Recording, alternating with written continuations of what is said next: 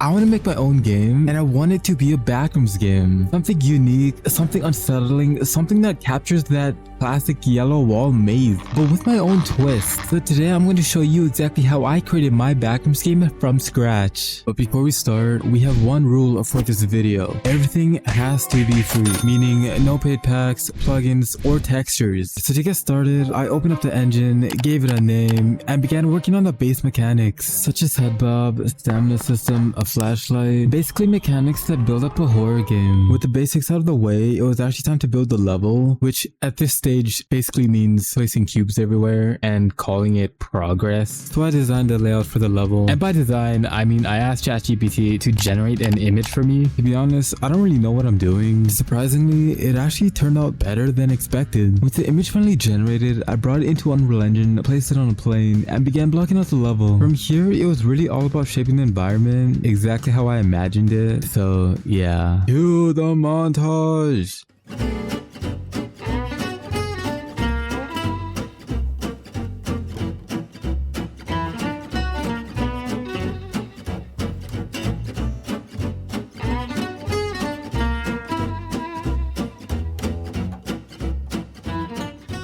Behold, the one and only, the greatest creation.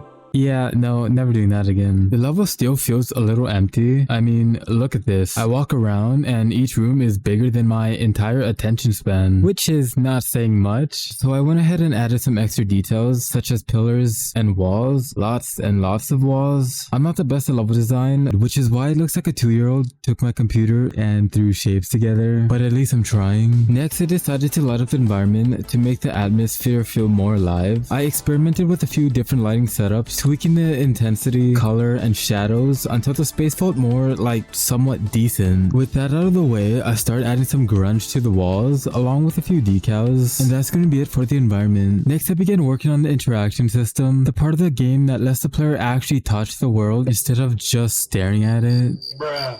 I set up a line trace, added basic prompts, and made sure the objects reacted the moment you interact with them. Next, it is time to work on the puzzles. So the idea is simple. The player, which is this guy, will need to find a keycard to access the room. And where do you find the keycard, you may ask? On a dead body. Yes, a dead body that I will be animating inside of Blender, but more on that later. But first, I actually want to build a working and functional system, so I started by working on the door to make sure we have a functional and rotatable door. Next, it was time to work on the keycard that will be used to unlock the door. Simple, right? Wrong. I needed to communicate from the keycard to my door blueprint without directly getting a hard reference, and that is where interfaces came in. With that out of the way, I began animating the dead body in Blender. I built a miniature environment just to get the feel of things, and after the dead body was fully animated, I tried importing it into Unreal Engine, and that is when I encountered my first problem. It would not work. The animation was just T-posing after the import. So what I did next was 200 IQ. I just converted the character into a mesh, which forced it to stay in the position that it was animated in, which also allowed me to just import the dead body mesh into Unreal Engine. With that out of the way, it was time to begin the second but main puzzle of the whole entire game. So the idea for this puzzle is that we have a ladder with missing pieces, and those pieces will either be scattered around the map or hidden within another puzzle. Alright, so I began by creating the interaction to make sure that the player is able to pick up the pieces. There was a lot of struggle, and I mean a lot of struggles, but we somehow got it to work. After that, we began creating the functionality of the whole system. We needed to find a way to place the ladder pieces in the correct order, otherwise this puzzle won't work for this game. And knowing me and my intelligent self, I got it working. I used an == node to check if the object in my hand has the same material as the plank on the ladder. Last, we needed to count the pieces that is placed. So when the ladder has all 4 pieces, we want something to happen at the end, and by using an integer, we were able to keep count of how much pieces were placed. With the second puzzle out of the way, it was time to work on the third and final puzzle. Yeah, I'm not gonna lie, I got this idea from Doors on Roblox. Anyways, the idea is that we need to place the paintings in the correct order to unlock a hidden area that will have the final ladder piece. So first I'm trying to make the outline of the paintings look as if it is peeled off paint. So I opened After Effects and created this awesome and spectacular masterpiece, and then we imported the texture into Unreal Engine and turned it into a decal that we can now place along the walls. Then we started coding the functionality of the puzzle, and I'm not gonna lie, there was a lot of trial and error. I mean, almost everything was not working. This took me hours to figure out, and like the famous Albert Einstein once said, quitting is always an option, I think. Alright, so now that we got the puzzle working, we need to do the same thing that we did for the ladder puzzle. We need to keep track of the paintings that is placed by using integers. So we got to creating the functionality of that. Now that that is done, this is the before and after.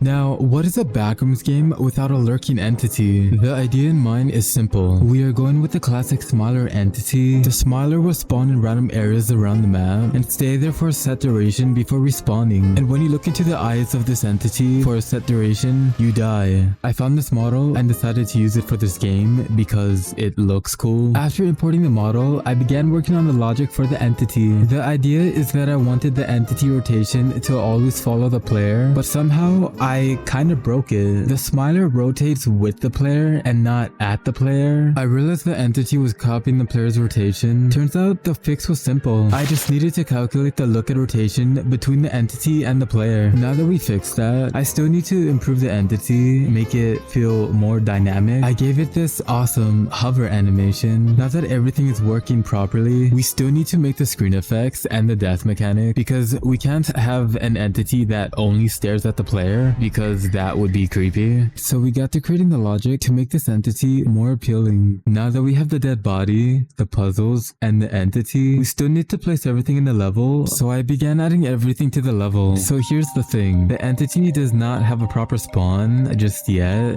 Currently, the entity can only be placed and just stand there. So we need to create the spawn points and have the entity choose a random point every set duration. The spawn points is pretty simple. Just create an empty blueprint and call it spawn point. Place it everywhere you want the entity to spawn. Open up your level blueprint and then get all actors of class, which will get all the spawn points, spawn actor from class. And for the transform, you will get this random node, which will select a random spawn. I also decided to add a spotlight with a flickering material to the entity to make it more visible in the dark. With that out of the way, we need a main menu because we can't have a game without one. I copied and pasted the map into a new level since I have an idea for this main menu. Then I added a camera and positioned it until I felt somewhat satisfied. And after that, I started working on the main menu widget, but I ended up struggling like a lot because it's been a while since I made a main menu. But since I'm the smartest man alive, I got it to work. Now I need to make the widget in 3D space instead of on the player's screen. So I proceeded to do that, but again, I couldn't get it to work. But with the help of ChatGPT, I was able to make everything functional and working. I also wanted to make it more dynamic, so what a better way to do it than to add a camera shake, particles, and a post-process. I know this is a paid pack, but let's be honest, I'm not going to spend my precious time making my own post-process. Feel free to take it up with my lawyer. So after that, it was time for the most important part of the game, sound design. I added sounds for basically everything and anything. Footstep sounds, entity sounds, pickup and placing objects, and overall environment sounds. Anyways, that's going to be it for this video. If you guys want a part 2, let me know in the comments on which level I should create next, whether it's a Backrooms level or just a random level. The game is not fully polished, but if you would like to play it for yourself, the link will be in the description.